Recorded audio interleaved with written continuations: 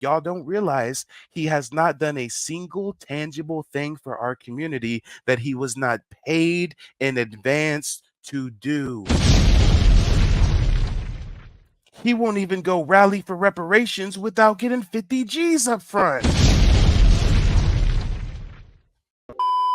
So you guys might be confused right now. You might be saying, well, Mike, why is your stream titled Tariq Nasheed Exposed? Well, why are you questioning whether microphone check was just a cash grab? Well, because guys, maybe I've been living under a rock. I know I do not follow Tariq Nasheed as closely as a lot of you guys do, but I'm going to share with you some things that I learned just earlier today. And I'm going to see if you guys knew these things or if you didn't. And if you did know these things, click the link, call in. I want your opinion. If you did not know these things, then click the link and call in. I want your opinion. But here's the things that got me questioning whether or not this is yet another goddamn cash grab. Because when he said that he was making the microphone check documentary film, I said, that's cool. You doing something for the culture. Bravo. But you know what I didn't know until earlier today, until this morning? You know what I just found out to when I was today's years old, as they say? That he crowdfunded $180,000 to produce that film. But Mike, if somebody wants to crowdfund to produce a film, what's wrong with that? I mean, if he wants to have a GoFundMe or a Kickstarter campaign to raise 180,000. What's wrong with that, Mike? Are you a hater?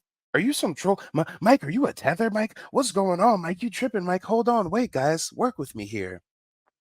I had no. Maybe I'm naive, but when he said he was making the documentary, I thought he was just making that on his own. I thought he's a multimillionaire living in Hollywood, living in a mansion, driving a Bentley, multiple successful businesses, root work, the museum, the discography, et cetera, et cetera. Maybe I'm just ignorant. Maybe I'm just naive. I had no idea this whole time. I just found out today that he was crowdfunding $180,000 to produce this documentary.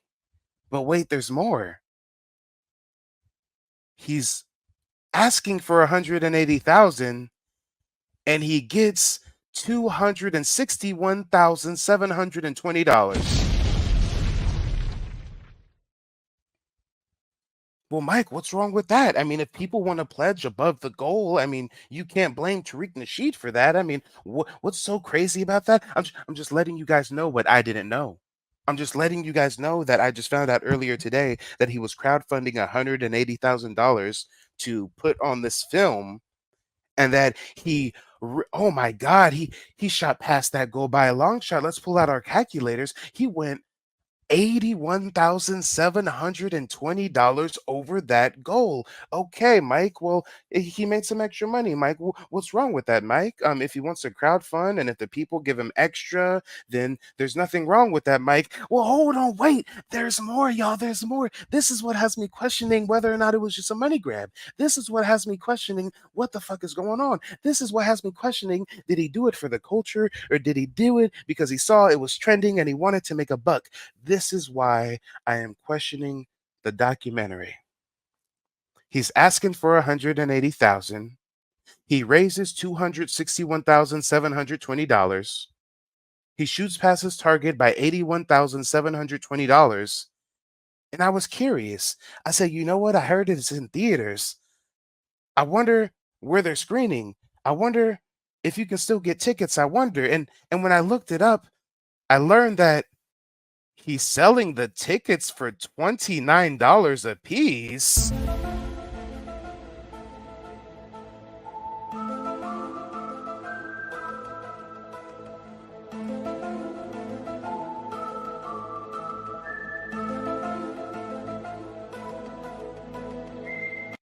Optically, at least to me, a lifelong entrepreneur, someone who's been involved in different facets of business in more ways than one, to me, just optically, I'm like, hold on.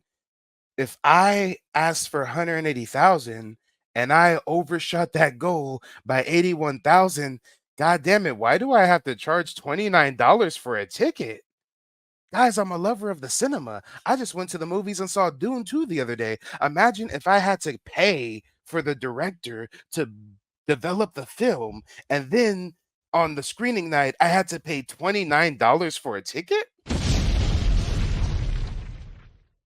Okay, I'm just saying optically, this makes me question whether or not it was a cash grab. Optically, it just makes me question because listen here, there's nothing wrong with crowdfunding.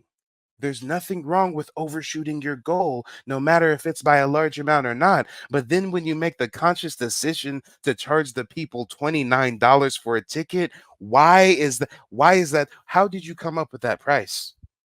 If you overshot the goal by 81,000, so you got 81,000 in the bank tax free. Damn nigga, the ticket prices can't be $10. They can't be $12. They can't be $15. They gonna be $29? $29? And I ain't gonna pocket watch them like this or whatever, but as someone who's involved in cinema, I know it don't cost no $261,000 to make no indie documentary. Even if you paid each one of those people in the film $10,000, and let's say he paid $20,000 for the final editing, and let's say he paid $50,000 to rent the equipment, and let's say another $10,000 for travel, and let's say another $50,000 for marketing and promotion, it still don't go. The math ain't math and family. I'm just saying the math ain't math. And when I first heard that he was putting on a documentary about the origins of hip hop, I said, yo, that's cool. And maybe I was naive in thinking that he was footing the bill. So when I learned today that not only did he get the money from the people, but he overshot his goal by such a large degree and then still turned around and is charging us $29 for a ticket, it just makes me question whether or not it's a cash grab.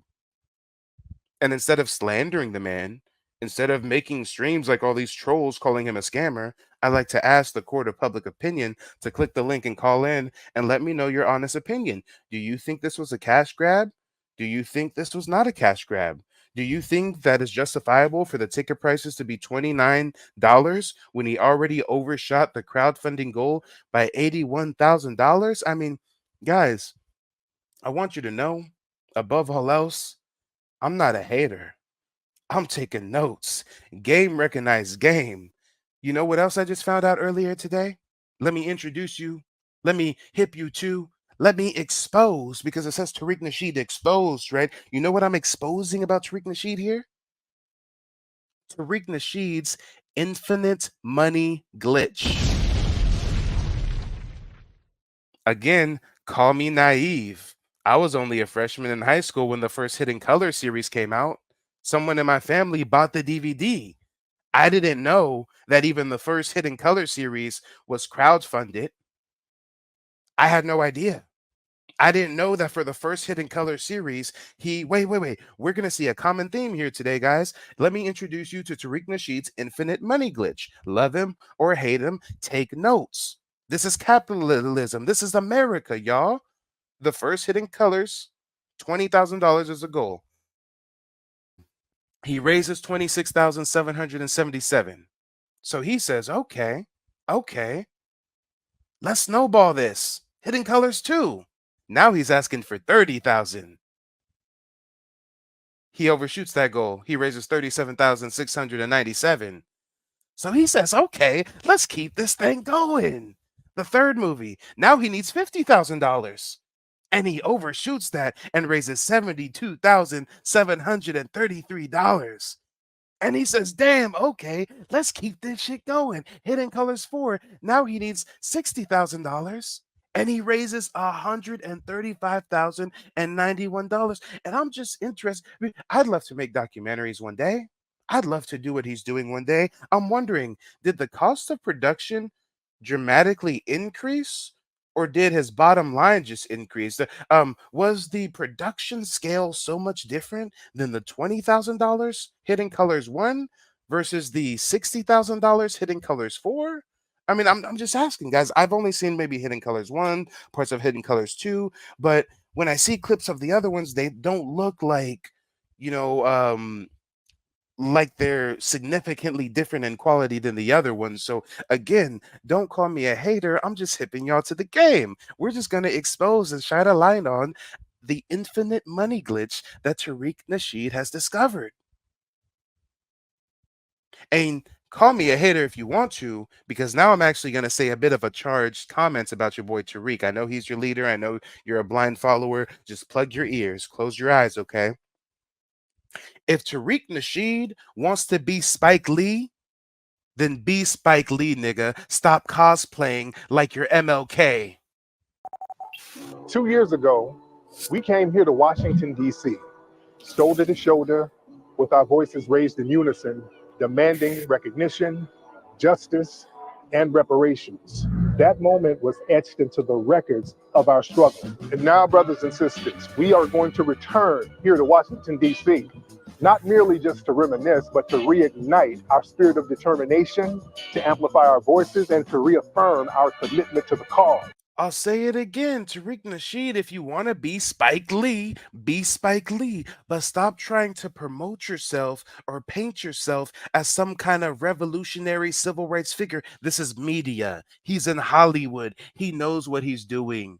There was a boardroom meeting. They chose that outfit. They chose that chain. They chose that turtleneck. They framed that shot. They know exactly what they're doing here. They got the clips together. This motherfucker looks like this is a campaign rally footage. I feel like I'm looking at the black JFK. What are we talking about here? If you want to be Spike Lee, be Spike Lee, but stop trying to promote yourself as a pseudo revolutionary. Shoulder to shoulder, with our voices raised in unison, demanding recognition, justice, and reparations. That moment was etched into the records of our struggle. And now, brothers and sisters, we are going to return here to Washington, D.C., not merely just to reminisce, but to reignite our spirit of determination, to amplify our voices, and to reaffirm our commitment to the cause. Join me, Tariq Nasheed, here in Washington, D.C. Oh, yeah, guys, you know what? I heard he's doing a reparations rally. I thought that's good, Tariq. You doing work for the people. That's what's up. Hey, if we need something, we need reparations. But guess what? I didn't find out until recently. Oh, he's raising $50,000 to put on his rally. Is the rally at a private venue? No. It's at a plaza. It's at an open air environment. Me and you can just walk up there. But for whatever reason, Tariq Nasheed, the multimillionaire living in a mansion, driving a Bentley with a successful museum, successful documentaries, selling root work, appearances, the list goes on and on and on. For some reason, if we want to rally, we got to pay him $50,000. Damn, I didn't know that we had to give Martin Luther King Jr. $50K to put on a rally. I didn't know that when Malcolm X wanted to go do a rally, he had to ask the people for tens of thousands of dollars first.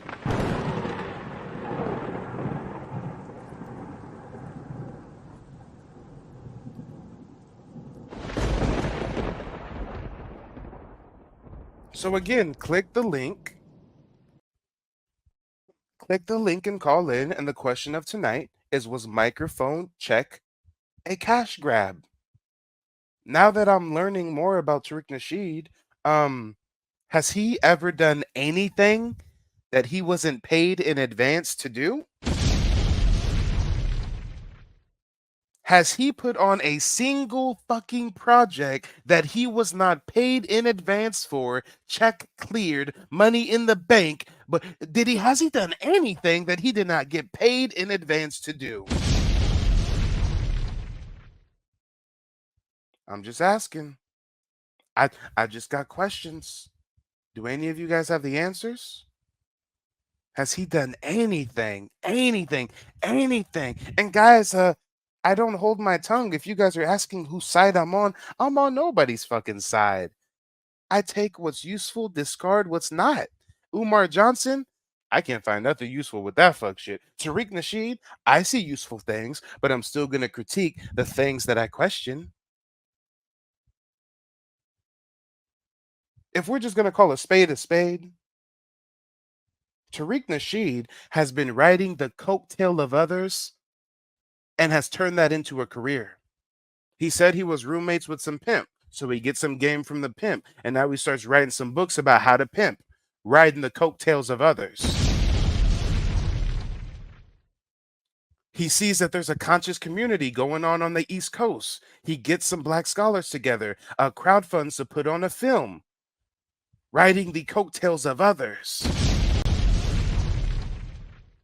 He hears that ADOS is jumping off. Black people have a grassroots movement where they want to delineate. He goes, peeps game, checks it out, take notes, then starts his FBA delineation movement. Oh, riding the coattails of others.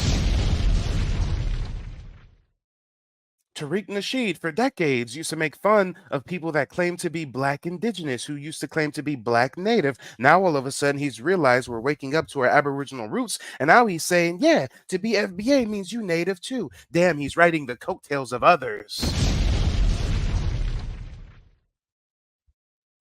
The reparations movement, let me say this slowly and clearly because this is how much he has pulled the wool over our eyes. Peep game, y'all, peep game.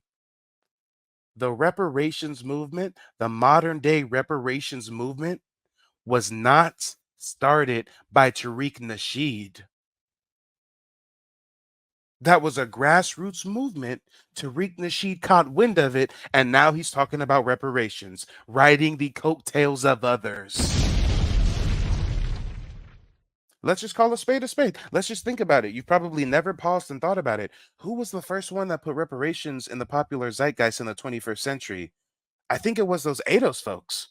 Those ADOS folks were talking about we're American descendants of slaves and, we need reparations.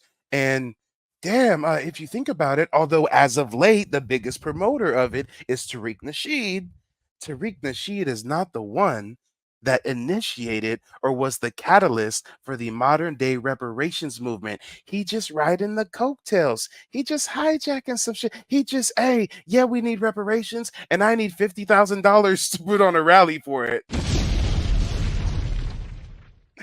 So again, there's many of tangible things Tariq Nasheed has done for the community that is great. My main gripe with him is if you want to be Spike Lee, be Spike Lee. Stop trying to promote yourself like you're some kind of Malcolm or Martin when you're not.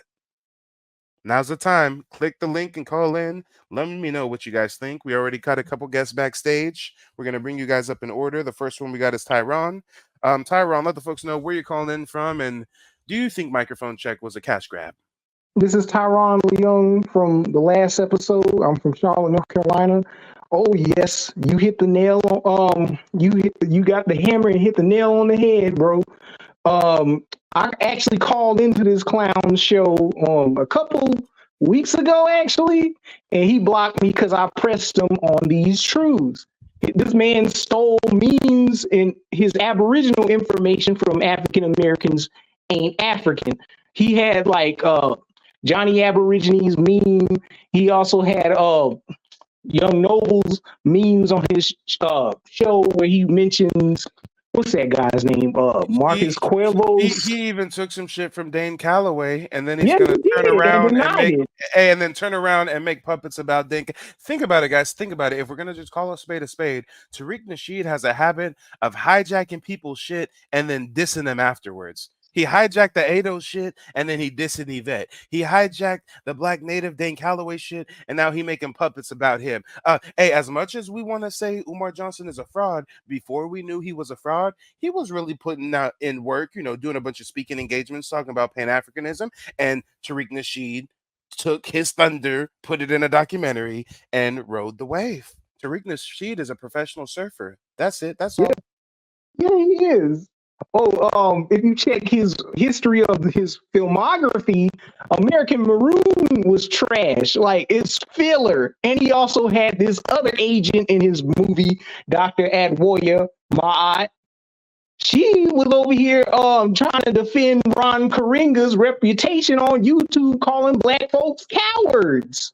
Because Hey, this man, I've never spoke about this publicly, but I've watched video essays from very intellectual Black content creators who have actually done film reviews of Buck Breaking and other films, and apparently it's filled with a lot of pseudo misinformation. So even a lot of the info in these documentaries aren't necessarily on the up and up. If I try to recall something that they said, and this person was called FD Signifier. I'm not sure if anybody's familiar with FD Signifier, but if you just look him up on YouTube, he did a whole video review about the movie Buck Breaking, but yeah, go ahead, Tyron. Yeah, bro. He doesn't actually do the research. He has a whole team to go throughout YouTube and Facebook and Instagram to steal people's knowledge and plaster it in his movies and have his same entourage within the Hidden Colors or Sarnetta's crew to regurgitate information that he stole. And why is the company that he keeps scamming ass niggas? The fact that I'm pulling up a clip of him on Cynetter TV, and Cynetter TV is the fucking Epstein Island. He's the gateway of all these scamming predators in the conscious community. Every single scamming predator comes from Polite's couch. Yes, bro. Young Pharaoh, Brother Polite. Tariq Nasheed's Shaka. buddies with him. Shaka, yes, the list goes on and Dr. York's son, the list goes on and on. The ringleader of this conscious scamming shit is Cynetter.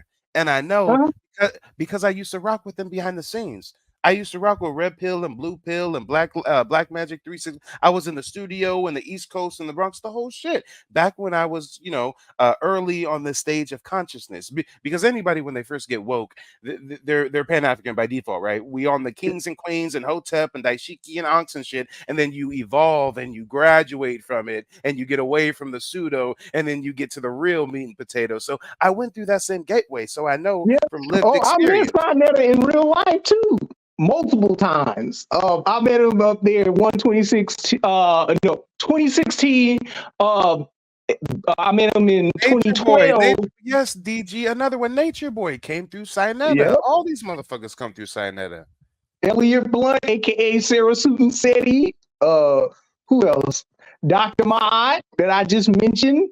She did the Mel Trek cartoon series. Well, allegedly, before she got her start in the conscious community, she was robbing banks. Hey, they out here promoting the one dude rocking the bow ties, trying to look like a mini Farrakhan. Didn't him and his mama just get indicted on Medicare scams a couple years ago? Oh, what's his name? Reza Islam? Yeah, Reza Islam. Yeah, him and his he mama. With Reza Islam at that conference. Who else? Vicky Dillard, I think. Yeah. Come on, all of them. Oh, hold up. Damn, there's so many fucking scammers. Shoot, I think I got a photo. So, is there a photo on this motherfucker? Is there a photo? Where is it? I swear I see the poster of the lineup. It was. Oh, here it is. Here it is. Yeah, Dr. Maya at the end. Vicky Dillard. He brought that homosexual Marcel Dixon into the community. Hey, and again, I take what's useful, discard what's not. Marcel seems to actually be doing some work. He's trying to get political office. I did purchase Marcel's documentary titled Tethers, and it was pretty interesting. He went on the Tethers, but yeah, still, strange company he keeps. Oh, hey, Cynetter Caribbean too. He's Frank Gehry. He's Dominican. Wait, hold on, guys. I know that a lot of you guys watching right now are not used to critiquing Tariq. Everything that he says, it seems good. It seems on the up and up. So you've never really took the time to think critically about him. But just think about this. He keeps some strange fucking company. Why on his Twitter spaces does he have the same 4 or 5 white supremacists that call in who are white supremacists, but they're friends with Tariq somehow because they always call in at the same regular time and they're promoting root work? And then he has, right? He got white supremacists up there like they're paid actors promoting his fucking deodorant stakes. And then he has a tranny named Giselle. This motherfucker keeps some weird company. I'm just saying. And then how does he and Jason Black all know who was it Richard Spencer and Jared Taylor? Hey. They know their face. Wait. Yeah, I'm young. I'm 29. I don't go back this year. So am I, bro. We're the same age. Hold on. Are you telling me Tommy Sotomayor used to be friends with Tariq Nasheed? I know he roasted Tommy. I know he gave him he used to rock with Tommy. No. Yeah, he did. No, not Tommy. Not black woman hating. I hate everything. So guess what? Tariq Nasheed is a black woman hater. Oh. He did a blog talk radio with Pearl Jr. talking about he wanted to domestic violence this woman. He wanted to catch all types of charges on Oh, wait, keeping this woman up. slow. I'm the king of receipts. Hey, Rogers, is this hearsay, or have you really seen some evidence that suggests that Marcel was on Backpage selling? Oh, and you know who he promotes? That's a fucking scammer as well. What's his fucking name? He bigs him up all the time, and he's literally being indicted. He stole Black Lives Matter money. He's albino. He's some albino dude. Darren Seals? No. What's his name? King. He's on the Twitter spaces all the time. It's this albino dude. He's always bigging up. And this motherfucker is literally a scammer, indicted for using BLM funds, all kinds of shit. Sir Major, thank you, Josh. Sir Major. Yes, this motherfucker keeps some strange company. I'm just saying. Strange company. Who was that group that he was with? Tribe Up or something like that? That doxed him? Hey, I'm just saying, it's strange company you keep. The biggest scammer we got in the community is Umar Johnson, and Tariq put him on. And now, modern day, he's endorsing Umar again, saying he's a brilliant guy, and if he was in trouble, he'd bail him out. So, yeah, Tariq Nasheed, birds of a feather. I don't know. The question of tonight is, was microphone check a cash grab? And it sounds like your answer is yes. Oh, yeah, most definitely. If you check the track record of all his movies, it's the same Hidden Colors formula. Hey, first I need $20,000, but I raised 26. Now I say, okay, I need 30,000, but I'm gonna raise 37. Hold on, now I need 50,000, but I'm gonna raise 72. Hold up, now I need 60,000, but I'm gonna raise 135,000. Hold up, wait. Now I need 180,000, but wait, I'm gonna raise 261,000, and I'm gonna sell y'all the tickets for $29 a pop. For those that already bought the movie and fundraised it, he's charging you an extra $20 or $30 to go see this movie. Hey. And he also got to pay mortgage on that mansion he got. He got to pay for that Bentley. He got to pay for them expensive trips out of the Americas and across America. Wait, hold on real quick. And somebody asked me earlier in the chat, someone said, but Mike, if you donate, do you get a free copy? Yes and no. If you donate at the lowest tier, and the lowest tier he allows is $75. God damn it, he won't let people choose their own donation amount. Donations are starting at $75, and $75 don't get you no copy of the film. It gets you a shout out on social media, though. If you want a copy of the film for your donation, you got to drop $100 to get a copy. And I've seen fan films that's better quality than this. Are you familiar with Bat in the Sun? Yeah, exactly. Yes. And that's what I'm saying. I'm a lover of cinema and stuff. So I know how much this stuff takes, and the quality and the time and the effort. And you overshot your targeted goal by $81,000, Playboy.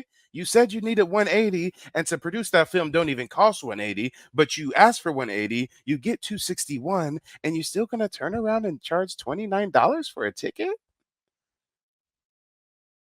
And yes, and Nick says, wow, I didn't know folks couldn't choose the donation amount. Exactly. I'm just bringing to your guys' attention what I just learned today, because I said, God damn it, I'm kind of smart. I kind of follow Tariq Nasheed loosely. If I don't know this, then a lot of you guys didn't know this as well. Let me get a 1 in the chat if you did not know that the first Hidden Colors was crowdfunded for. He exceeded the goal. Then the next one, he raises a bigger goal, exceeds the goal. Then the third. Guys, maybe I'm naive. I thought he was funding these Hidden Colors series himself. I had no idea that from day one, the people were paying for these documentaries and then paying for the documentaries after paying for the documentaries. And it looks like a lot of you guys didn't know that neither. Now you see why I do what I do. What some of you guys might confuse for hating, I'm just making sure y'all are informed as I am, because I didn't learn this shit till today. So I said, hold up, some of my subscribers, some of my viewers, y'all didn't know this neither. He ain't even paying. What about the Majora thing that he copywritten? Isn't that like Legend of Zelda? Hey, and Trey says he didn't take a vow of promise. And Trey, if there's anybody that should call in, it should be you. because God damn it, you're the only person that I know who can call in and really show some debate skills. I don't know if you were watching the live stream, Trey, but I was talking about Umar and I had some ignorant Umarians calling in. It was terrible. It was terrible, bro. But Trey, I agree with you. One of the coolest phrases that I think Tariq Nasheed has coined, other than FBA, was when I heard him say, just because you're a thought leader, just because you're like blase blase, you shouldn't take a vow of poverty. And that resonated with me. I rock with Tariq Nasheed's more ways than one. I think he's a trailblazer. I think he's proof of concept. I think for people like me who aspire to be amateur filmmakers producing historical documentaries, I think he's shown proof of concept that our community likes, is receptive towards, and would even pay for that type of entertainment. So I rock with him more ways than one, but still, I gotta call a spade a spade. And above all else, I just want to hip y'all to his infinite money glitch. I need 20, but I'm gonna get 26. Now I need 30, but I'm gonna get 37. Now I need 50, but I'm gonna get 72. Now I need 60, but I'm gonna get 135. Now I need 180, but I'm gonna get 261. Now, hey, we gonna do a reparations rally, right? But in order for us to do this reparations rally, I need me $50,000. All right, the infinite money glitch. Game recognized. I'm taking notes. I don't hate, I congratulate. And I just make sure that other people are aware of what's going on. Because again, correct me if I'm wrong, guys. Put a 1 in the chat if you agree with me and a 0 in the chat if you disagree. But does Tariq Nasheed, do you think that he tries to promote himself as if he's some kind of like revolutionary leader? Like, look at this film quality, the way he edited it, had it shot. It even has a historical little overlay, so it looks like it's like shot in the 60s or the 50s or something. I mean, look at this shit. Nigga, if you want to be Spike Lee, be Spike Lee. I don't see Spike Lee trying to promote himself like this. I don't see Spike Lee throwing $50,000 reparations rally. Spike Lee just making his films, making his money. And guys, I know about film. Typically, there's producers, there's financial backers. They fund the film because it's an investment. Because just like a real estate investment or a stock investment, they recoup their investment for investing in the film. They don't invest to have the film built and then pay a ticket to go see the film that they paid to get. It's hey, the infinite money glitch. But go ahead and provide some closing remarks, and then I'm not going to kick you off the stage or anything. I'm just going to put you backstage while I bring up the next caller, and then we'll circle back to you. But what's on your mind? All right. One more thing is, has anybody noticed that he's a fake Moor as well? Because with Moors, why would you call your people black when they, for themselves, if you speak with Moors, it will tell you that black means dead in the eyes of law. And why doesn't he teach people how to be lawyers like Johnny Cochran? Hey. And what's his real government name? Because he doxed his real name by saying that he's Saunders. I got him to do that. Okay. Well, We'll get back to you in just a bit. Go ahead and hang out. The next guest we got coming from the back to the front is Aaron Von Black with the Freedman Network. And actually, I'm not sure if you got the YouTube video playing or something, but there's a bit of an echo. I got an echo back there. Hold on, let me say something again. Mic check, mic check, mic check. Nope, it's fixed. It's fine. Okay. Yeah, man. Do you think microphone check was a cash grab? This is what I will say about it. As far as Tariq and the money he makes or whatever like that. One thing, I was aware of it because I did pledge to the fund, the 180,000. I pledged some money. I was aware of what they, what they were, the goal they were trying to get. Do you feel confident in disclosing at what level you pledged? I think it was about $300. It wasn't much money. It was about $300. It wasn't much. And also, guys, I didn't know this until today, but there were different pledge amounts. So the lowest amount was $75. Then there's and actually, hold on, that echo came back, so I'm just gonna place you on mute while I talk. It's all good. So the lowest amount was $75. The next amount is $100. Then we've got 150. We've got 300. We've got 500. We've got 1,500. We've got 3,000. We've got 5,000. 8 people paid him $5,000. One person paid him $3,000, 20 paid at the $1,500 level, 28 paid at the $500 level, 76 paid at the $300 level, 485 paid at the 150 level, and 320 paid at the $100 level, 99 paid at the $75 level. Now, before we get back to what Aaron has to say, um, I'd like to see real quick, because I haven't even read this. What do you get at the $5,000 level? At the $5,000 level, now you're in the big leagues, it says. Now you're in the big leagues. Your name will be listed in the film credits as an executive producer. Guys, remember when I said investors and backers and how you make films and how there's producers? You know how when you see a major movie or a project, it says executive producers? Executive producers are basically people who pay to have their name attached to it. They're basically, so, I want to help this come to fruition, so I'm gonna pay some big money. So executive producer, okay. Your name will also be on the film's IMDb page. Okay. You will be invited to a red carpet premiere of the film, and you will be allowed to take photos on the red carpet. You will be a lifetime membership to the FBA streaming site, and you will get 10 advanced copy. I'm surprised that there's typos when we get hundreds of thousands of dollars here, but and you will get 10 advanced copies of the Blu-ray. Okay. Um, I don't think that you and here's the thing. That $5,000 value, that's valuable to somebody. Hey, if you're trying to get yourself listed on IMDb and you want to get in the game of producing films, okay.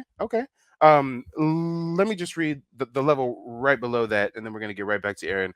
For $3,000, you'll get 5 advanced Blu-ray copies of the film. All right. This is where I just once again say that Tariq definitely appeals to the older generation. Nigga, why are we selling Blu-rays? Ain't nobody. Do anybody put a 1 in the chat if you own a Blu-ray player? Put a 1 in the chat if you own anything that plays DVDs. Okay. You'll get 5 advanced Blu-ray copies of the film, 6-month access to the FBA streaming site, a co-producer credit in the film, and your name will be listed on the co-producer section of IMDb. Okay. All right. Well, go ahead, Aaron. And I'm not sure if you answered the original question, but do you think this was a cash grab? No, I really, it could be for him. I see the thing. This is my thing, Mike. I'm from Brooklyn, New York. Early in the game, man, I was taught, you never watch another man's pockets. That from where I'm from, and I hope nobody don't take this the wrong way. We don't dick ride niggas like that. We don't dick ride like that. I don't watch what another nigga do with his money or how much money he making, because whatever he do, I can do it. Now, and I'm gonna give you a synopsis of what I'm talking about. I'm just now getting into this, right, with this podcast and stuff and whatever like that. I'm inspired a lot by brothers like yourself, brothers like Tariq. You got a few women out there that's doing their thing. I'm learning this stuff. All of you guys are inspiration to me. You understand? So when it come down to the money or whatever, if a brother's making money, that's fine. I don't, because I got potential. Well, real quick, and the only reason I muted you is because there's that echo situation. But I totally understand your point of view, where it's like, hey, I ain't dick riding no nigga. You feel me? Why am I gonna watch another man's pocket? If you making money, if you got a profit, if you got a big profit margin, that's cool. Do your thing, pimping game, recognized game, right? I totally understand that. Here's my point of view. When somebody is producing something for the community and you see the price is way above marketplace value. I just went to the movies not too long ago. I ain't paying no motherfucking $29 for a movie ticket.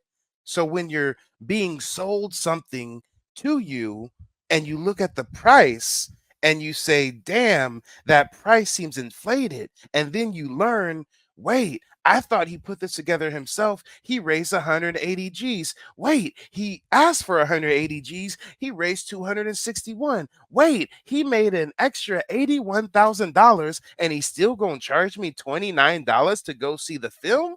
So on the one hand, I totally understand not dick riding, not policing. Again, I rock with Tariq more ways than one, but nobody's above reproach. And we can definitely question the price of the goods or services you're soliciting to us. When I heard him originally talk about making the documentary, I had no idea he was going to get paid $261,000 to do it and then charges $29 for a ticket. That's all I'm saying. So from that perspective, when I unmute you, the next question I have for you is, do you really think that he had to charge $29? Do you think it would have been reasonable to charge $10 or $15? I mean, not from a pocket watching standpoint, but from a comparing it to the marketplace. What movie do you go see that's $29? Yeah, I thought the ticket prices was a bit much. Uh, but you know what? Now I never donated to none of. I did donate to the museum because I thought that that would be an institution that would be viable for the overall community. So I did donate to that. The other movies, the Hidden Colors and all that stuff like that, the Buck Breaking and the American Maroon, I didn't donate to that. I think I like the brothers' work. Some of the information is pseudo or whatever like that, but it makes you. It opens it's the key to open the door to other things. Now, with the ticket prices were a little steep, but I think I brought about 4 or 5 tickets because my whole family is going. I'm taking the wife, the kids, everybody's going. That night is going. Now that particular theater, these are not going to be screened in regular theaters. These are filmed at Cinemark theaters. Yes. right. Um, what I will tell you is this. I'm gonna be front and center. That shit is gonna be crazy. Here in New York City, that premiere is gonna be fucking crazy. You understand? I thought I now the reason why I got so involved in it, well, not so involved, but to the extent that I did, was because I felt that it was greatly needed. Because a lot of those dudes that's in the film, those are the forgotten giants that really started this shit. You understand? And a lot of people don't really know what went on here in this city during that time. That movement, the hip hop shit came about through youth gangs of New York City. Um, I was there. I Wait, was. wait, hold on. Before you continue, I just want to make sure we're on the same page. So it sounds like you do acknowledge that the $29 ticket price is a bit steep. It was a little steep. Yeah, it was a little Okay. steep. Especially when you hear that he overshot his goal by $81,000. Yeah, it's a little steep. Okay. Okay. But see, my thing is this. I'm supporting it because I see the significance of it. Um, I don't agree with everything Tariq does or says. I don't agree with everything. However, I want people to understand this. I want people to understand this. This dude was swatted at his home by law enforcement. Oh yeah, I remember that. Yeah, Yeah, facts. you understand? So when cats get on here, okay, his name is Marcus Sanders. So the fuck what? So the fuck what?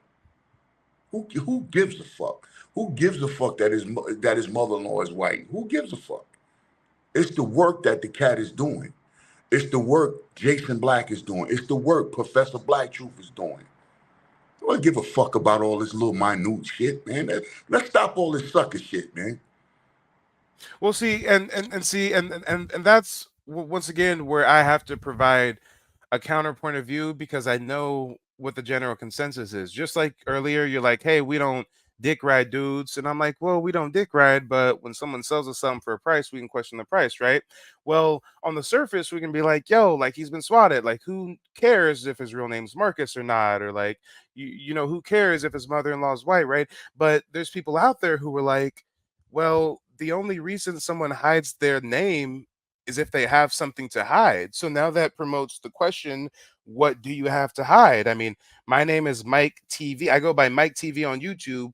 My real name is Michael Lane Jr. Mike is a nickname from Michael. I didn't create a whole fantasy Michelangelo, Abdullah, Nasheed, Jarir, Jabbar. So, I mean, I think on the one hand, although some people definitely go down the rabbit hole with claiming he's a murderer and that's why he's hiding his name. I think it is fair though to ask, why are you hiding your name? Just like it's fair to ask someone like Jason Black, why do you hide your face? So And then as far as the white mother-in-law thing, I mean, I've got white people in my family. I date whoever I like as well. But it is interesting when recently you go so hard on tethers, and then most people don't know that by your own definition, you're kind of married to a tether. I mean, most people don't even realize that the mother is European and the father is Dominican. So again, the only reason that's relevant is because of his rhetoric and how it seems that he may be contradicting his rhetoric. So while I totally understand your point of view,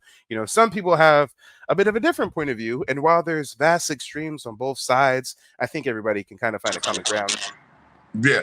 Well, here's the thing, right? I don't my name is not Aaron Vaughn, but my name is Aaron, but my real name is not Vaughn Black. Now they used to call me Black in the streets, right? That was my name, Black. I hated that name at first. When I was young, I hated that name. But it grew on me, and it was a dude that died, a friend of mine. He was an older cat that gave me that Vaughn Black, because he used to tease me about my government name was from some German probably slave owners of my family or whatever like that. That's why I got Devon Black, but my real name is Aaron. Now all of us got shit to hide. I got a pass. My fucking rap sheet is from here to goddamn Georgia, and I'm in Brooklyn, New York. I've been a criminal all my life until I changed. So all of us have something to hide. Now I'm not sitting here. I can't defend Tariq, and I'm not here to do that. The reason why I got on because I seen the mic check thing, and this work here, this project is very important because of dudes like the Fat Joes, Busta Rhymes, Crazy Legs, and all them dudes. See, I grew up in this culture. I grew up in it from the beginning. You understand? I was at the first one-on-one MC battle between Kumo D and Busy B at Harlem World up in Harlem in December of 1981. I was there in the crowd. I was there that night. Uh, so it's a lot of forgotten history about the culture, how it started, who started it. You understand? And it's very important. I think it's very important work. That's why I supported it to the extent that I did. Hey, and I personally do want to see the film. I think I'm going to learn something that I didn't know, especially being a 29-year-old. But I ain't paying no $29 movie ticket. And I hope when he does release it online, it's maybe $10. I mean, hey, I critique Dane Calloway, and I've learned a lot from Dane Calloway. Dane Calloway recently produced a documentary about Rosa Parks and the NAACP. I purchased it. It was $7. That was fair marketplace value. No issue there. So as much as I do want to see the film, $29 is not fair market value, and I'm very, very curious to see what the price is going to be for a digital copy at this rate. Right. Um, the other thing is I don't know if I'm going to the rally yet because I just buried my mother-in-law. And my wife is going through a lot, so Since you mentioned in the rally, does this nigga need $50,000 to put on a rally? well, I don't think I think it's more that money is more or less to go because they got volunteers, they got to clean up and all that shit like that. They got the sound production they got to do because the last one they did, them goofy ass Israelites was out there. Brother. It ain't no volunteers. It ain't no sound production they gotta do. They're gonna be in a public square rallying like anybody else. This is wants, not needs. He lists right here where the money's going. Pick game, y'all. The money's going for stage and lighting construction. Why do you need a stage and lighting for a rally? He needs an audio PA system. He needs media promotion. He needs talent and lecturer fees. Oh, so this is a cash grab for your buddies. So your buddies have a paid speaking gig? So he thinks that we need talent and lecturers to be paid to come talk to us at the rally. I didn't know this is how Malcolm and Martin moved. I didn't know they had to crowdfund tens of thousands and then pay speakers to come out. I thought people did it because they cared. I thought people did it because they were passionate about it. Look, it ain't shit saying nothing about no volunteers, but they need travel and lodging for their guests. They need security and other related expenses. The only thing I see on this list that would be deemed a necessity is security. because, like you said, people pop up on him. There's trolls. Get some NOI guys to follow you around. You don't need $50,000 for that, Tariq. So again, this is not in a private venue. This is in a public square. And if you feel like you want to get your friends to come out, and if you want to pay your friends to come speak, multimillionaire, and if you want to stand up on a stage like a church pastor, multimillionaire, then pay for your own stage and lighting. That's my point, but I digress. Yeah, the thing, yeah, I agree with some of what you said. I don't know what the money's going to be used for now. It's on you if you want to donate. I don't think that there's not a demand. They're asking for money, but it's not a demand. So, if you want to donate, you donate. If you don't. I went to the last one. Like I said, I'm not sure if I'm going to this one because I got some personal family stuff, I'm dealing with. But I would like to go. I would like to go because it was like a family reunion vibe when we was out there. It was real nice, really nice. But back to the microphone check, man. The work is definitely needed because those people that you're going to see in that film, most people don't even know who those people are, and these are the people that started all of this shit. Brother, I agree with you, and this is where the issue arises. How prohibited is it when you're charging $29 for it? And this is information that people really need. Motherfucker, you got an FBA streaming service. Why don't you stream it on the streaming service? If it's really just about getting people hip to the knowledge, he should have just published it for free on YouTube and then spent 50 G's to market it in ads and shit on social media. And I bet you it'd have a way further reach than this. I think in total, there might be 300 people that will be going to the theaters to see it, and he paid 206 or got 261,000 for this. He could have done this, put it up for free online, and spent 20,000 of that on marketing on social media, and the message could have got to the masses. So if it's really about getting people hip to the secret knowledge, I don't see it. I see it lining his pockets. Bro Sanchez TV has a great point. He says, Tariq, this is Haitians, but made a whole documentary about the Haitian Revolution called them. Yeah, it's just flippy floppy. I found videos recently where he's dissing black natives, but now recently he's claiming we black natives. It's just flippy floppy. That's all. It's just flippy floppy to me. So Aaron, don't you think that if the information is so crucial that we should make it as less cost prohibitive as possible? Well, I think what happened with this premiere, especially here in New York, I can't speak for those other states. New York, the tri-state area. Uh, I could see, I could see the logic. It's a bit much to me. The $29 ain't shit. I brought like 5 tickets because the whole family's going, so I didn't give a fuck about that. But it's people that don't might not feel the same way, and $30 is a bit much to see a movie. I get it. You gotta buy, snacks and popcorn and beverages and all that bullshit. So yeah, I'm probably gonna spend a couple more $100 that night. Um, the thing is, the premiere, the in the tri-state area, especially the New York City area, the 5 boroughs, son, I'm telling you, that shit it's gonna be crazy. It's gonna be, and I did not want to miss that because a lot of people are coming out. A lot of other people from other groups are very upset about it because, you know, the truth is gonna come out. They've been lying and putting all these narratives out about. And real quick, Stay Rooted says, "Oh, Mike, Spike Lee is a bad example because Spike Lee has fundraised a few of his movies too." That's cool. You putting me up on game. I didn't know that. Those movies that Spike Lee fundraised, did he charge $29 for a ticket? Well, Go Mike, what's funny about with Spike Lee, early on, uh, I worked on the set of Malcolm X. That's where I met the Black Panther, Bobby Seals. I met him in person and got to talk to him. Spike did the whole crowdfunding for his some of his projects. I know that for a fact because I worked on some of his sets. And since I'm learning that you got history and experience with this, was he crowdfunding for some of his early projects before he got on, before he became Spike Lee, or was he Spike Lee and still crowdfunding for his projects? That I'm not sure because I think the first one was She's Gotta Have It, right? Or do it was one that either Do the Right Thing or She's Gotta Have It.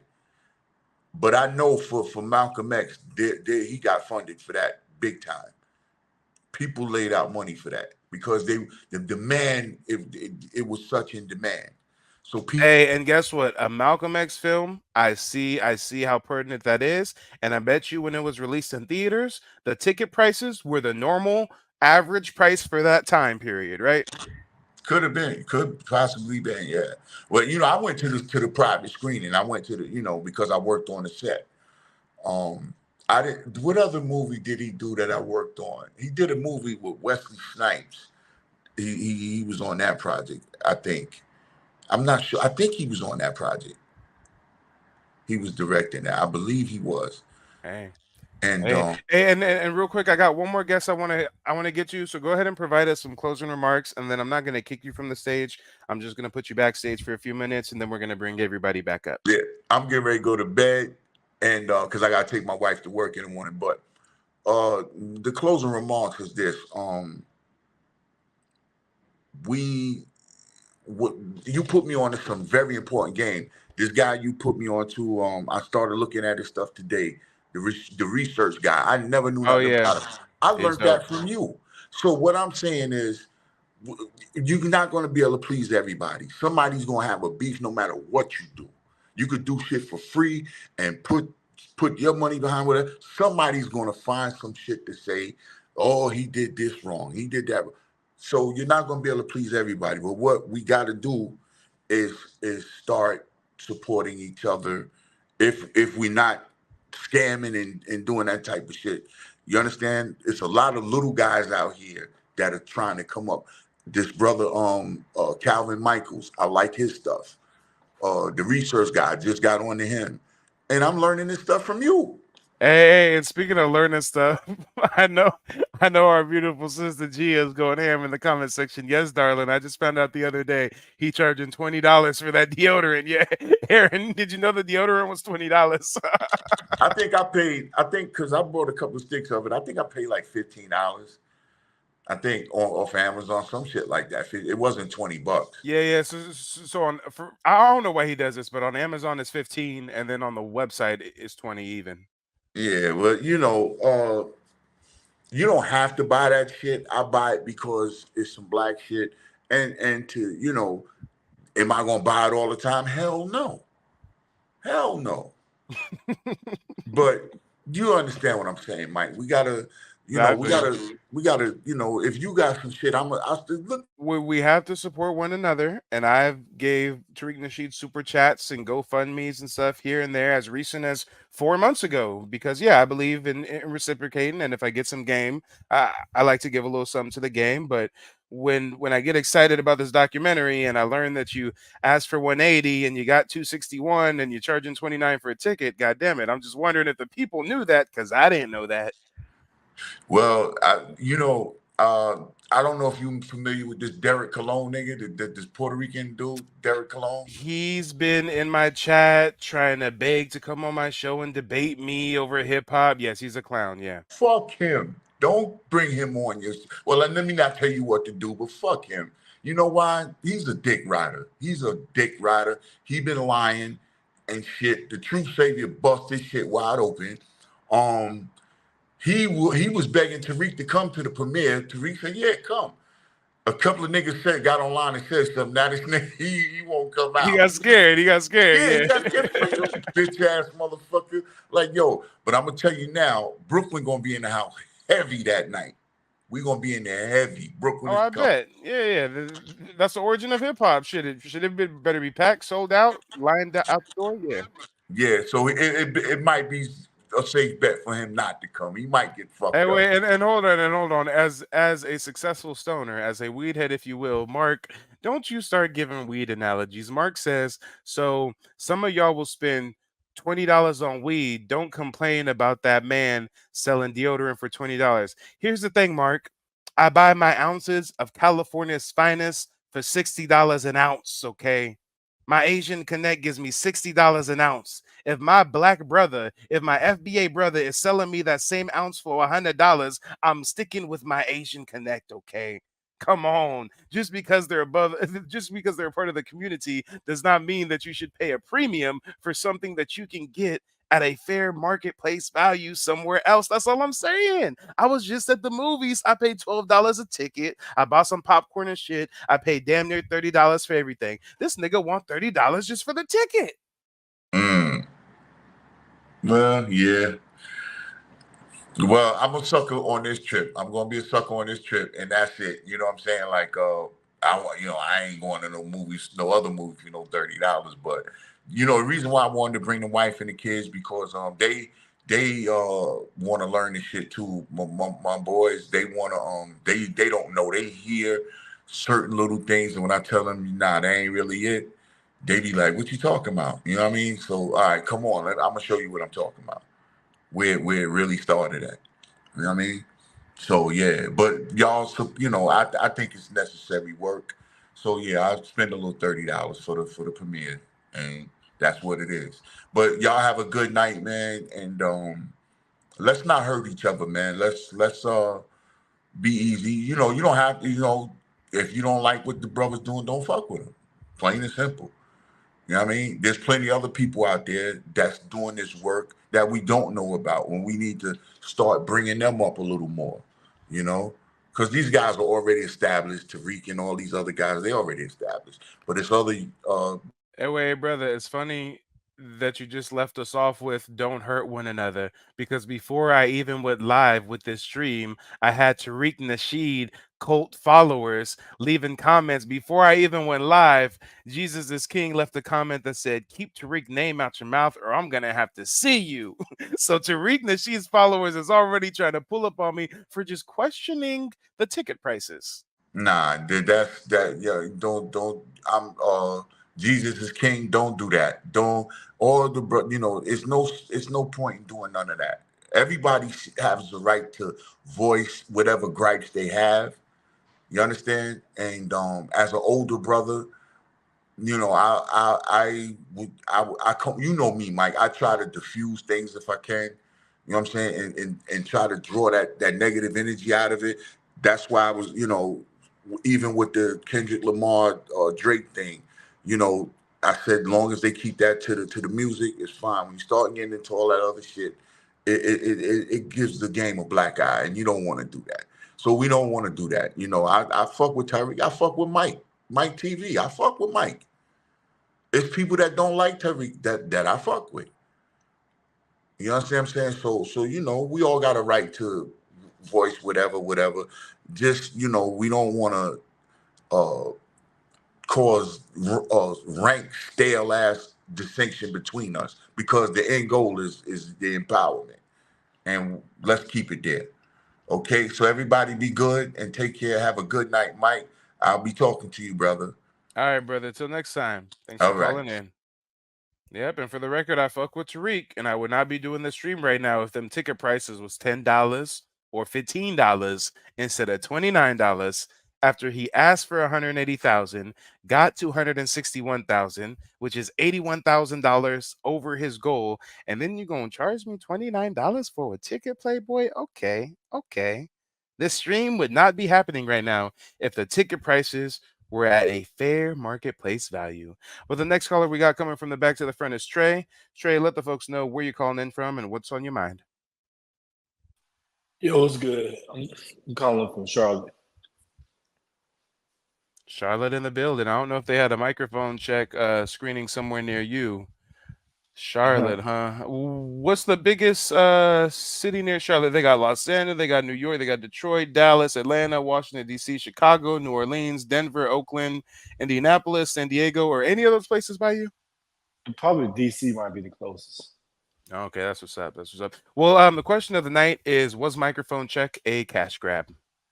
Man, real quick, man, y'all ain't had to mute me in the chat, man. I wasn't even coming out of the pocket, man. First off, I was already in the backstage, man. Oh, wait. Somebody muted you in the chat? Hey, wait, hold on. Time out. Are you still timed out in the chat? I don't even know. Okay, Last and time I so checked. wait, so real quick, and this is actually long overdue. Real quick, try to leave a message in the chat, because I'll just go ahead and give you a mod wrench, and now nobody can time you out. My man, yeah, I wouldn't come in disrespectful tonight. You know me. Yeah, Let me no, it's all good. It's all good. Hey, I've instructed my mods on these live call-in shows. You know, if someone's disagreeing or something, tell them to call in, and if they still talking and not calling in, then block them. So since it took a while to get to you, they probably assumed that you were talking and not calling in. Yeah, it's Well, cool. It's cool. respect. Last time I got muted was with that Diddy strain. Maybe getting a tough break lately, but I'm not seeing a message in the chat from you. Have you left one yet? Yeah, I'm in here. Word up. Good look.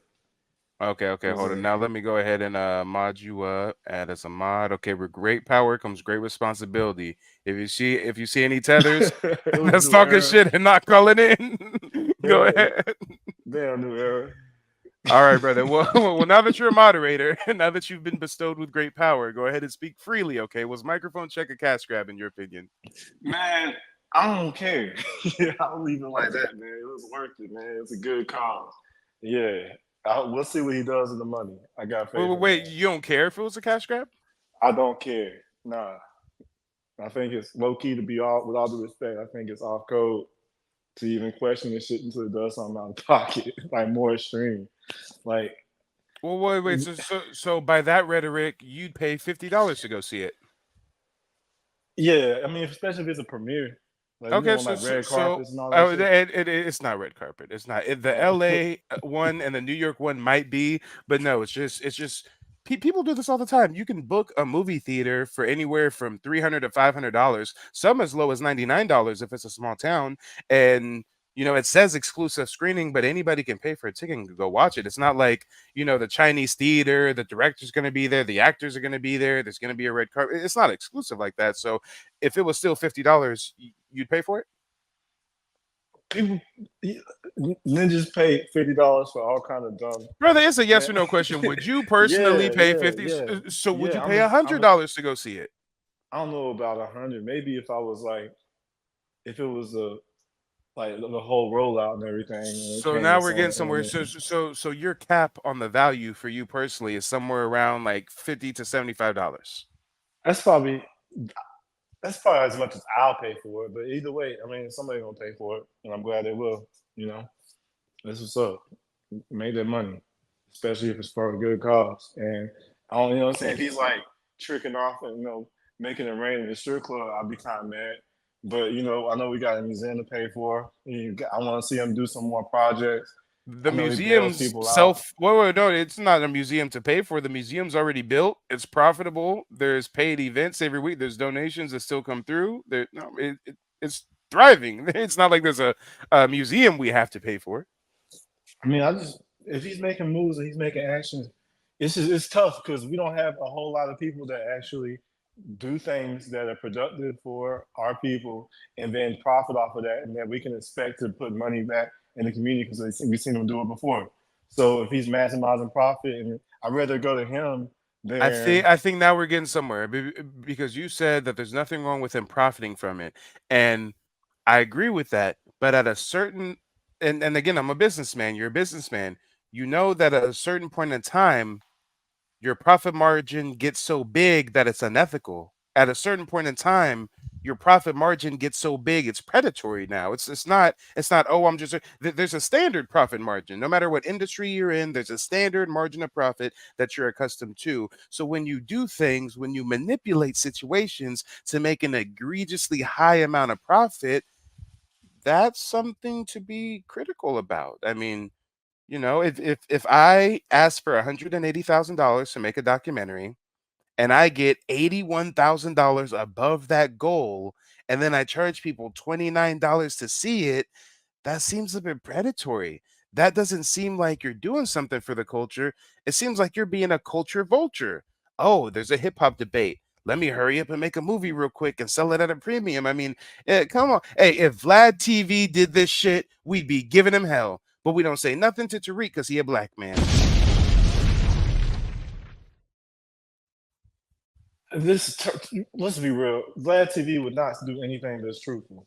At least, again, like this is not like Miss Cleo, the original, not the original tether, but one of them OG tethers. Wait, hold on. And thank you, J9. He's not doing shit out of pocket. He has 100% profit margin. 100% profit margin. This is why I call it the infinite money glitch. What are you talking about? And then I found out from day one, he has not done anything for our community that he was not paid for in advance to do. I was naive. I was a freshman in high school when Hidden Colors came out. My cousin paid for it. I didn't know the community crowdfunded $26,000 for him to put it on. Hey, is this a trend we're seeing here? He asked for 20,000, he gets 26,000. Now part two comes around, he's asking for 30,000, he gets 37,000. Now part three comes around, he's asking for 50,000, he gets 72,000. Now part four comes around, he asks for 60,000, he gets 135,000. Oh wait, there's a debate about hip hop. I'm gonna ask for 180,000, and I'm gonna get 261,000. Come on, this is just the infinite money glitch. He has 100% profit margin because y'all don't realize he has not done a single tangible thing for our community that he was not paid in advance to do. He won't even go rally for reparations without getting 50 G's up front. Yo, man, the last caller kind of put it better than I can. I ain't gonna lie, because he was OG, but like just like on the principle, he doing it for a good cause, and I feel he's making a profit. Ain't movies supposed to make a profit? Like every movie makes a profit. And Yes, but there's a standard profit margin. I was a realtor. The industry standard commission on a transaction is 6%. If I'm trying to go charge a black person 12% to sell their house, and if they question me, they just hating on a black man and shit. No, there's a standard rate. There's industry standards. Why is it that black people are the only ones that are supposed to pay a premium for standard goods and services just because a black person is giving it to us? What kind of sick shit is that?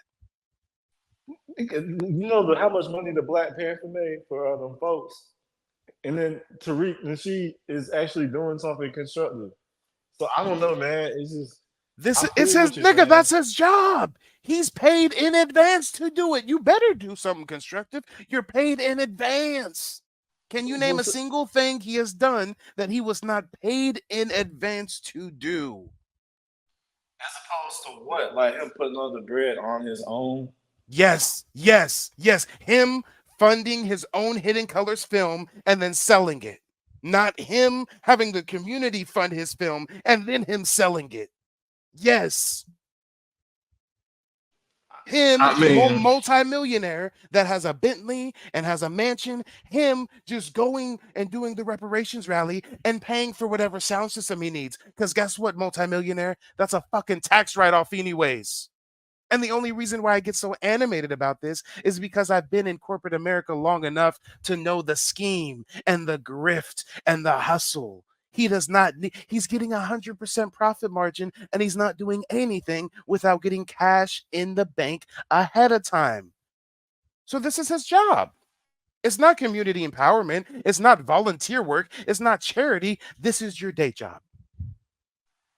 And he's employed by the grassroots. You know, I mean. And what is the grassroots getting? Buck breaking documentaries, Haitian Maroon documentaries, a hip hop documentary.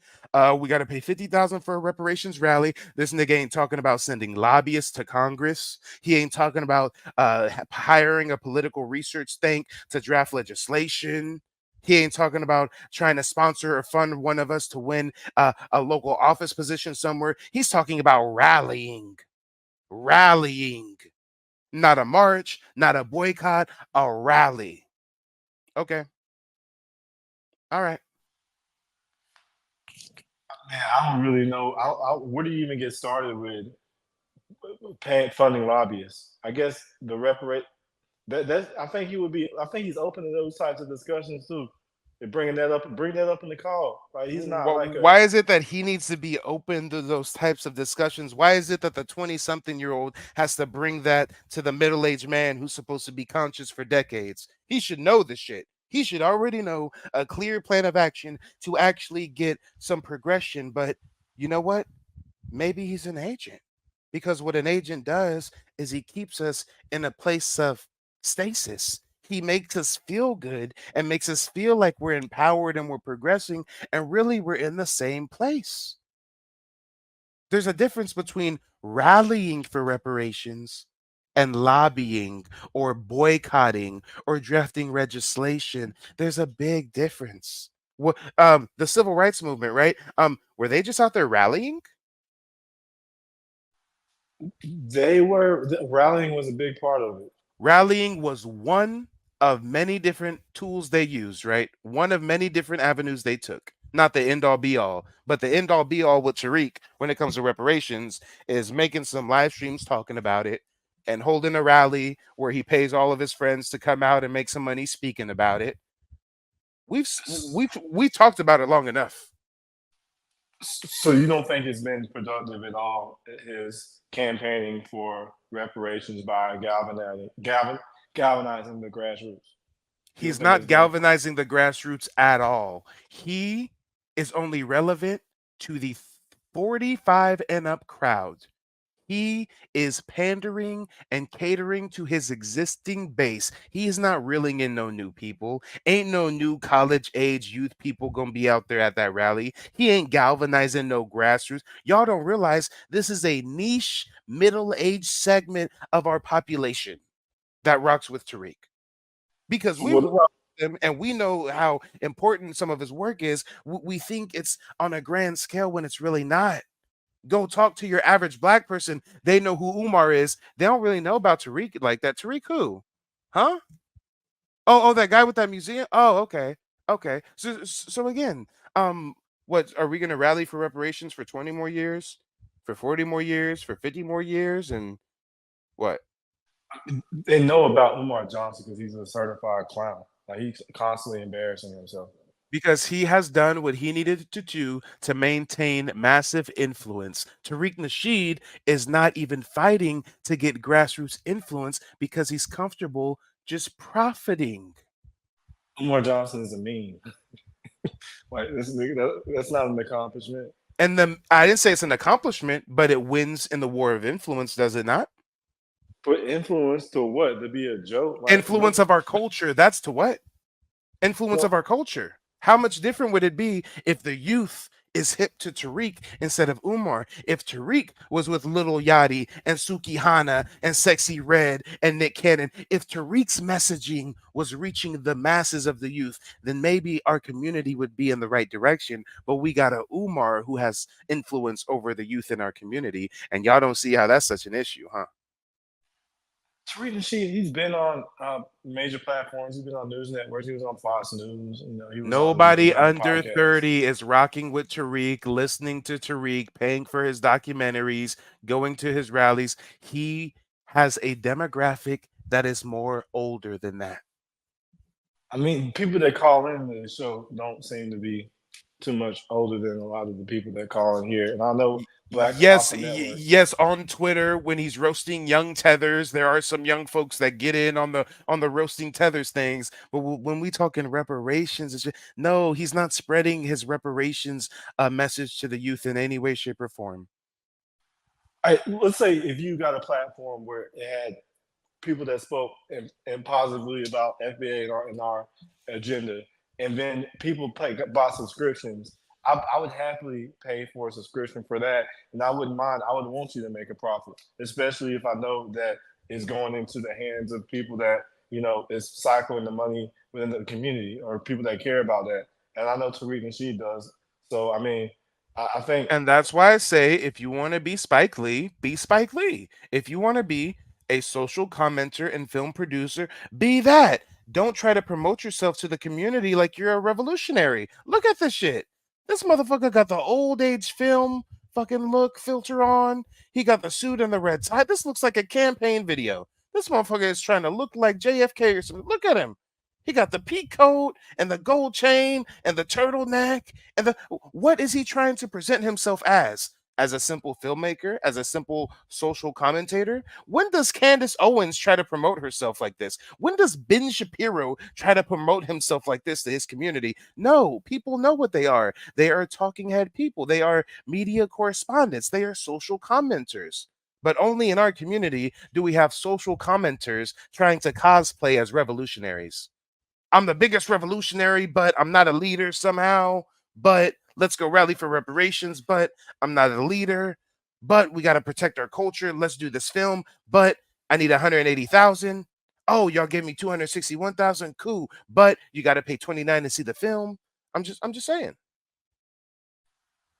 I don't know, man. If it's an FBA event and something positive for FBA and somebody's making a profit, especially someone that's pro FBA, I'm not so pressed about it. I understand, but it seems like what are we going to replace Tariq with? When I see the video and I see people rallying for FBA shit and then protecting hip hop and then talking about our history, And it perfect seems like example, Polo. This is the issue in our community, Trey, and I hate to cut you off. Polo says, I heard someone questioning him about the 50K for reparations. He called him an FBI agent. Exactly. I question why the ticket prices are so high. I'm pocket watching. I'm a tether. I'm a hater. This is what's been wrong with our fucking community for decades. This is the age old story of the dirty pastor. Hey, Pastor, I just want to say, you said that money last Sunday was to fix the church roof, but there's still a hole. Blasphemy. Blasphemy. You're out of place. Don't talk to me like that. Sit down. Come on. This is bullshit. and you don't think it's reach comparing him to a person that's trying to get us to praise white Jesus and then doesn't really care, was more vote Democrat. Tariq's telling us to do the opposite of that. So that's a wild comparison, bro. That's not a wild comparison in my mind. What does a preacher do? Solicits funds to tell you shit to make you feel good, to make you feel like you're advancing in your life. What does Tariq Nasheed do? Collect funds in advance to produce things to make you feel good like you're advancing in life. But we're in the same place. Didn't last week you said we would need more Tariq Nasheeds, and then I thought you said he was a net positive. I mean, so like none of that's true anymore. No, he is a net positive. We need more Tariq Nasheeds, but we need them to be better. We need a Tariq Nasheed 2.0. We need a Tariq Nasheed that when he has 10 years of successful filmmaking and becomes a multimillionaire, he then takes action. He then does something to really progress us forward, not just patronizing his base with some feel-good films.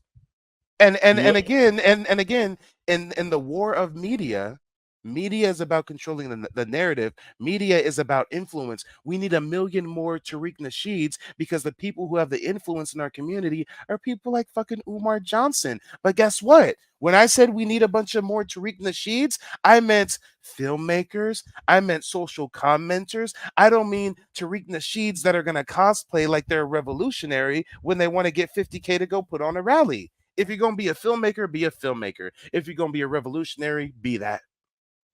so are you saying that Umar Johnson is more productive with his at least the money that you put towards Yes, Umar Tariq Johnson. Umar materialized? Johnson is a million times more productive in maintaining dominant influence on our culture. This motherfucker lives on the road. He was at a college speaking to black youth the other day. He's with celebrities on a podcast the other day. This motherfucker lives on the road. If there's anything he's the most productive in, it is maintaining the dominant influence over our community. And that's a terrible thing. And guess Niggas, what? And guess what? Tariq Nasheed could beat him in that battle. But Tariq Nasheed ain't playing that game. Tariq Nasheed's playing the as long as I get richer, it's okay. Ceci Red stays on the road too. I mean, I don't understand that. And yes, I, and what is her staying on the road doing? What is her going to high schools doing? Maintaining she has dominant influence over the youth. Do you get my point now? I do, but I don't know if that's his purpose. I think his purpose is to make money for, I mean, and make movies for and make a profit, and then that we need. And then I think to get together rallies for things that we need. If we gather, I think you're right. We do need someone to fit the bill exactly like how you described. But I don't know if it's constructive to come at Tariq, who's actually producing something. Like even if it is something you may not value as much It's as other always people do. constructive to critique our leaders. When MLK was doing his thing, the community was critiquing him. When Malcolm was doing his thing, the community was critiquing him. When the Black Panthers were doing their thing, not that they deserve critique, the whole community was critiquing them. So why is it now wrong for us to critique people who are vying for influence and power within our culture? Well, why is it wrong to critique when, if anything, critiquing makes someone stronger, right? Critiquing makes somebody wiser, right? I would hope that you guys call in and critique me. I don't want you guys to be mindless sheeple. I don't want you guys to, when you see Mike doing something that's contradictory, be like, wait, I gotta hold my tongue because Mike's gonna call me an agent or some shit. No. Of course, critique is fine. Nobody is above reproach. But I think at some point, if we have be the change you want to see in the world, like if we can get another Tariq that doesn't do that without raining on Tariq's parade. Especially when, like, one thing Claude Anderson said is that we need to be able to get on one accord, and being on one accord is we get this movie. Let's not complain. Let's just make this rally better. If he wants more money to make the rally better, we need that. If we need lobbyists, let's add to that. But what we shouldn't do is go after like one of the few people that's actually making noise just because he's making profit. Listen, What when we see him noise is he making it rain, making? when we see What him making noise? it Hold on, hold on. What noise is he making? The people he's talking to about reparations are middle-aged people who are already wise and already know about reparations. So what noise is he making? Is he introducing the concept of reparations to the young black youth that have no idea of the importance of reparations? No. And just like Polo says, I think those people are paid actors that call into his life. He keeps some strange company. He has like 5 white supremacists that act like paid actors because even though they say racist shit, next minute they're promoting his deodorant. Then he has the tranny TS Giselle. Then he has the BLM albino scammer Sir Major. I mean, if the biggest scammer in our community is Umar and Tariq put him on, then what does that say? man, didn't the Black Panthers have some type of thing where they were talking to the KKK or white supremacists? Like, not I forgot what type of shit it was exactly, but I don't think Tariq is like buddy on their agenda or anything like that. But I think people on an intellectual level can have some cordial discussion where they still hate you, but they still have a discussion and joke about things. Like, I've had discussions with people who know have a version of history, and I talk about the alternative thing. We discuss about I kind of teach them things, and we aren't trying to rip each other's heads off. So I think Tariq is very charismatic. So just because a white supremacist calls in there and he has regulars, he probably also picks the people who are consistently most entertainment, like all content creators Exactly, it's do. entertainment. Exactly. It's entertainment. Of course, it's Have we entertainment. not been entertained enough? Nigga, so is Tucker Carlson, but he's also politically like viable. And is Tariq Nasheed politically viable? Yeah, as far as yes, he has all the Democratic shills know about him. They hate his ass. They have him blocked. Like he's known. All Uh, right. Hey, United FBA says so. The only person advancing is Tariq, is what you're saying. That's exactly what I'm saying. I'm saying if we start at when we first were introduced to Tariq Nasheed, I heard him. He pivoted from the Pimp Mac shit to the woke shit in what 2010. If we look at 2010 to 2024, Tariq Nasheed has got richer. The state of our community has not gotten better.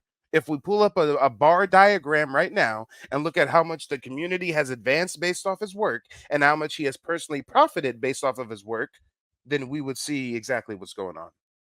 man, I gotta disagree with that, man. We've progressed a lot. Think about, man, if not for And new yes, black Gia, media. he discourages critical thinking. He's making live streams defending Diddy, telling us if we think Diddy did it, then we're just low IQ and we don't know business and we just believe everything. And we're no better than the people who say I'm white because I say so. And how dare us question Diddy? But he don't want it to be known that he was all up in the videos with Diddy in the 90s. And, he was all up on Revolt TV with Diddy. So once again, we see his allegiance is with celebrity figures, not with us.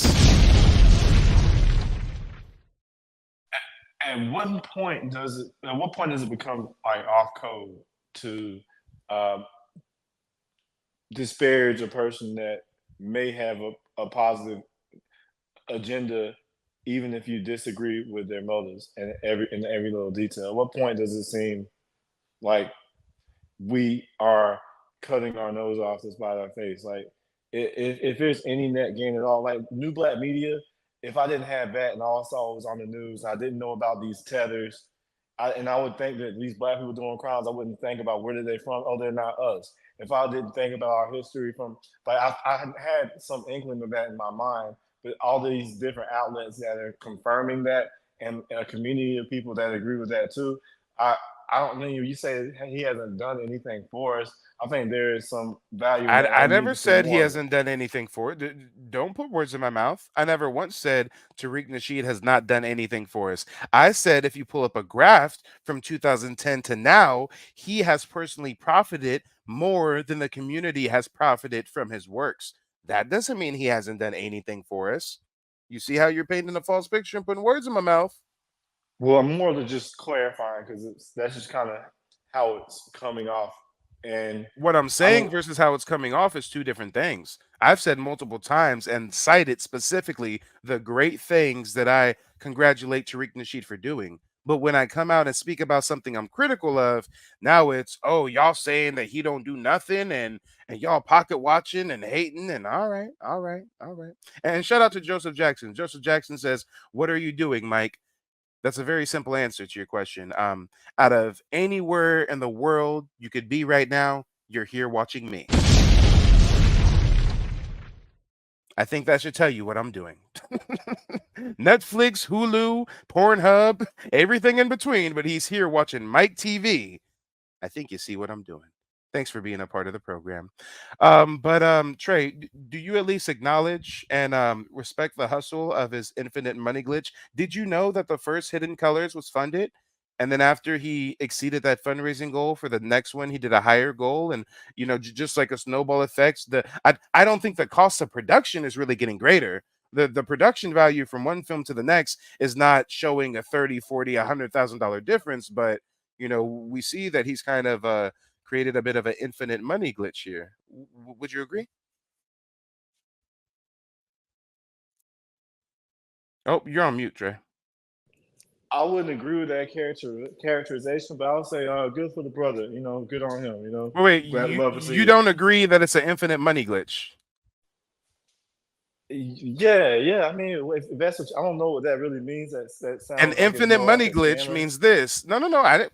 Oh, here we go again. So I say he has an infinite money glitch, and now you're talking about I'm calling him a scammer. Come on, come on. This is the infinite money glitch. Don't you know the story, the like children's story of like a pot or something, and you like put $1 in the pot, and then it becomes $2, and then you put the $2 in the pot, and it becomes. You remember that fable, right? Yeah. That's the infinite money glitch. I'm going to ask you for $20,000 and get 26,000. Then I'm going to create this product and sell it to you 100% profit, 1,000% profit. Then I'm going to do it again on a larger scale. And then I'm going to make it a larger dollar amount and a larger dollar amount to now my documentaries cost $260,000 to produce. You don't see how that's an infinite money glitch? If I start with no capital, this is business, Trey. If I start with zero capital and you give me $1 million and I make $2 million from that $1 million, and then you give me $3 million and then I make 6 million from the, it's just multiplying. It's an infinite money glitch. I agree with that.